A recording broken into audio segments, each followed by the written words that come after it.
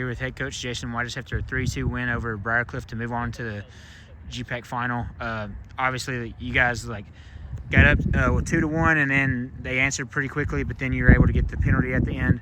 How big is that just to move on to the GPAC championship? It's where you want to be at the start of the season. You want to put yourself in the GPAC championship, especially in our league. We only have the one automatic berth, and it's through the conference tournament. So even if you're first in the league, you still got to succeed in the conference tournament to get there to nationals. So it's where we want to be the whole time, and really proud of this team.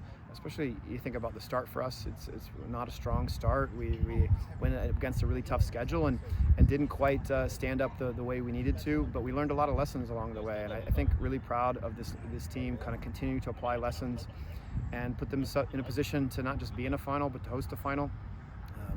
If people look at the start, they probably don't think that's possible, but I think internally we believed it was. We knew that was possible for us to keep going and turn around. So just really excited for this group, and excited to be in the final again. Yeah, who have been some of the leaders, I guess, like when the start kind of was happening, and who was the kind of guys that kept picking people up and saying we still got this? Well, I mean, so many. First, Slade, Light, our captain, was I think instrumental this season for us. He was an amazing leader, and it wasn't going the way that anybody anticipated. Especially you think about a senior, and he commented on that. But it was just continuing to trust in the process and the journey.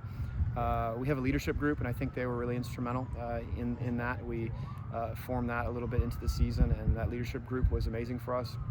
But I think beyond leaders that said something or did something or out here on the field, I think our team was a perfect example of a guy like Nico, who maybe played more early in the season, didn't play as much recently, comes out, has a big game today.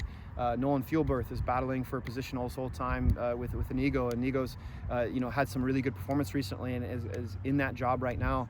But guys like Nolan and Nico and so many others that maybe aren't getting the minutes that they have before, or the role they exactly want. They're really having an amazing attitude to lift this team up, to be ready to help us succeed, and to be ready if they're called upon to come in and to make an impact. And we know that we've got guys that stepped onto the field that made an impact, and guys that didn't step on the field that made an impact, both for their energy and their commitment to the team, but also if they were ready. If we would have called upon them, they would have done the job.